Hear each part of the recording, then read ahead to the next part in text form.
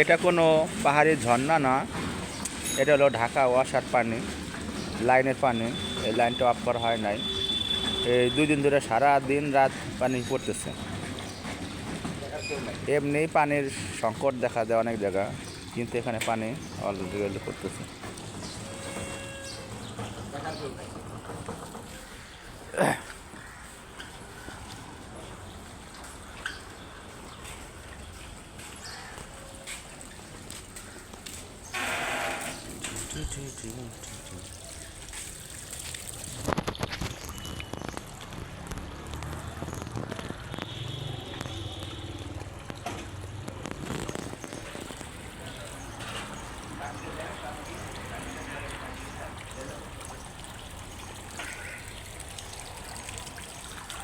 টাঙ্কি বইরা মোটর বইরা পানি পড়তেছে।